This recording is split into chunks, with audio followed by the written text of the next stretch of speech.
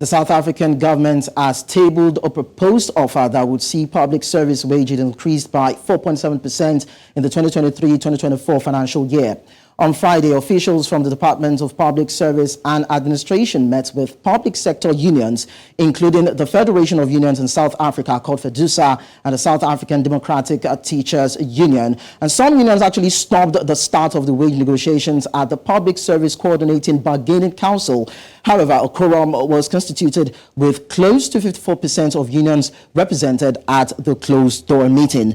And so this morning, I'm joined by Dr. Lufuno Mulaudi, who is also part of the Public Servants Association. And he will be talking to us this morning about what the arts or the stance of the unions are, even as this back and forth goes on with the government of South Africa. Thank you so much, Doctor, for joining us.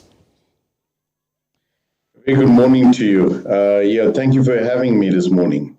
Now, this wage dispute has gone on for years now, dating back to the year 2020, rather, if not more. Now, why has this particular squabble between the South African government and the union workers persisted? Why has it persisted for this long? Why has it been unable to be resolved?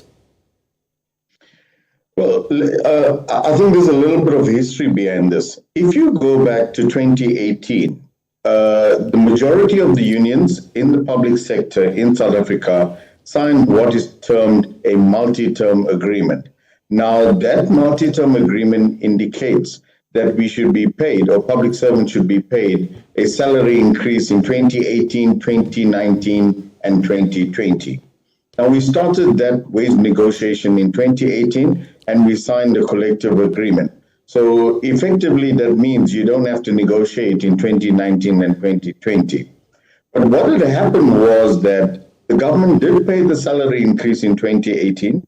They did pay in 2019, but then they reneged on the 2020 agreement, citing that they did not have sufficient funds to actually pay the third leg of the 3-year salary agreement.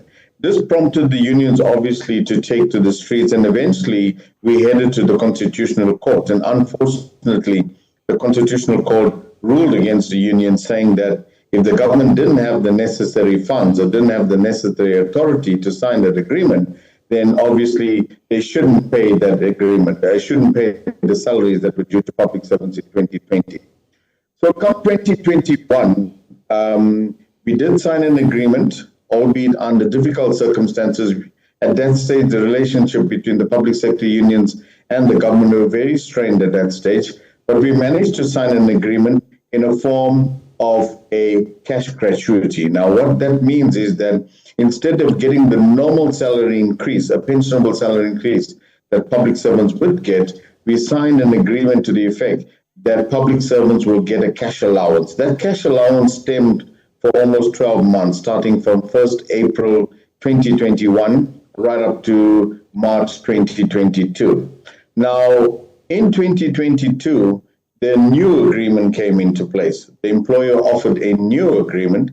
Public sector unions were not happy with that agreement itself. I think the most crucial aspect was that the cash allowance that they got the previous year actually will come to an end 31st of March 2023 this year. Now, there were a lot of haggling, there were a lot of negotiations, lengthy delays in negotiations as well. But eventually what had happened was that we could not negotiate any further because we were not getting anywhere with the government of the day. The PSA and other unions had declared a dispute, and we embarked on industrial action. Now, once we were busy embarking on industrial action, the draft agreement that was on the table, the employer unilaterally implemented that. In other words, there was an offer of 3% on the table, which the unions were not happy with. They implemented that 3% unilaterally without an agreement being signed.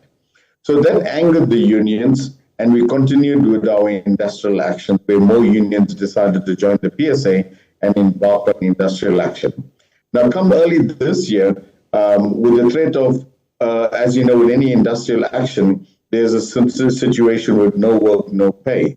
And this obviously, under the current circumstances, if we continue to take our members out on strike action, a lot of our members would lose a lot of money on a daily basis. So we felt that, Yes.